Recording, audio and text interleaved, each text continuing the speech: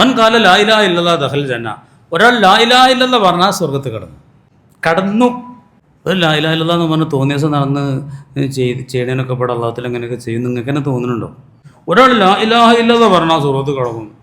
എന്തെങ്കിലും കിടക്കുന്നുള്ളതിൻ്റെ ഒരു അർത്ഥമാണ്. കോയാമ്പ് പറഞ്ഞത് ഒരു അർത്ഥമാണ്. ഒരിക്കൽ ലാ ഇലാഹ ഇല്ലല്ലാഹ് പറഞ്ഞാലും ഏത് കള്ളും കഞ്ചാവായിട്ട് നടന്നാലും ഒരു കാലത്ത് ആ ശിക്ഷയൊക്കെ കഴിഞ്ഞിട്ടോ നേരെ മറിച്ച് ലാ ഇലാഹ ഇല്ലല്ലാഹ് പറയുമ്പോലെ പറഞ്ഞാലെന്നൊരു ഹദീസിലുണ്ട്, മൻ കാല ലാ ഇലാഹ ഇല്ലല്ലാഹ് മുഖ്ലിസൻ മിൻ ഖൽബിഹി, കൽബെന്നുള്ള ഇഖ്ലാസോട് കൂടെ, അതുകൊണ്ട് അതിൻ്റെ ഹക്കിനെ അവഗണിക്കാത്ത നിലക്ക് പറഞ്ഞാലെന്നൊക്കെ ഹദീസിലുണ്ട്. അപ്പോൾ സ്വഹാബികൾ ചോദിച്ചു, എന്താ നബി?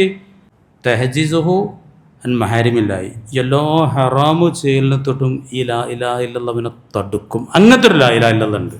അതെല്ലായിടത്തും നിങ്ങൾ കാണും. നിങ്ങൾ ഖുർആൻ ഇങ്ങനെ ഓതുമ്പോഴൊക്കെ നോക്കിയോണ്ട് വിശ്വാസം എന്ന് പറഞ്ഞാൽ എവിടെയും നിർത്തുന്നില്ല. അപ്പോൾ അമിലു സ്വാലിഹത്തി, വിശ്വാസം അടിത്തറയാണ്, ഫൗണ്ടേഷനാണ്.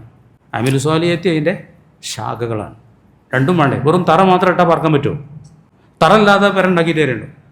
മനുഷ്യൻ ഏതായാലും അല്ല എങ്ങനെ പറയില്ലേ, മതം ഏതായാലും മനുഷ്യൻ നന്നായ മതി അറിയില്ലേ, അത് നമുക്ക് സ്വീകാര്യമല്ല. തറ വേണം. തറ ഈമാനാണ്. തറ മാത്രമേ ഉള്ളൂ പാർക്കാൻ പറ്റുമോ? കയ്യോ? കുറേ നല്ല പെരയും ഉണ്ടാക്കണ്ടേ? അതാണ് അമിലു സ്വാലിഹത്ത്. ഈ പറഞ്ഞതൊക്കെ ഒന്നാണ്. ഇനി നിങ്ങൾക്ക് ഒരു തത്വം ഞാൻ പറഞ്ഞുതരാം. ലോ ഇലാഹ ഇല്ലല്ലാഹ് എന്നല്ലേ, അള്ളാഹു അല്ലാതെ ഒരു ആരാധ്യനും ഇല്ല. പരിശുദ്ധ ഖുർആൻ പരിചയപ്പെടുത്തിയ ഒരു ആരാധ്യനുണ്ട് അല്ലല്ലാത്ത. അതേതങ്ങൾക്കറിയോ? കുൽ മനിത്തഖദ ഇലാഹു ഹവ, ഒരാൾ തൻ്റെ ദേഹേച്ഛയെ ഇലാഹാക്കിയാണ്. ദേഹേച്ഛക്ക് അടിപ്പെട്ടിട്ട് അങ്ങനെ പോയി ഒരാൾ. അപ്പോൾ അന്തത്തൊക്കുന്നു അലൈ വക്കീൽ, അവനെ രക്ഷിക്കാൻ നിങ്ങൾക്ക് കഴിയോ നബിയെന്ന്. അതുകൊണ്ട് ഇമാമിങ്ങൾ പറയുകയാണ്, ലാ ഇലാഹ ഇല്ലല്ലാഹ് പറയുമ്പം ചിന്തിക്കണം, ഞാൻ തടീച്ചക്ക് അനുസരിക്കുന്ന ആളാണോ? ആ ലാ ഇലാഹ ഇല്ലല്ലാഹ് പൂർണ്ണമല്ല, ശരിയായിട്ടില്ല. ഇപ്പം മനസ്സിലായോ? ലാ ഇലാഹ ഇല്ലല്ലാഹ്, ഒരു ഇലാഹും ഇല്ല പറഞ്ഞാൽ ദേഹേച്ഛനെ ഞാൻ എന്താക്കൂല. ദേഹേച്ഛന് എന്താ പറഞ്ഞതിൻ്റെ ആവശ്യമില്ലല്ലോ.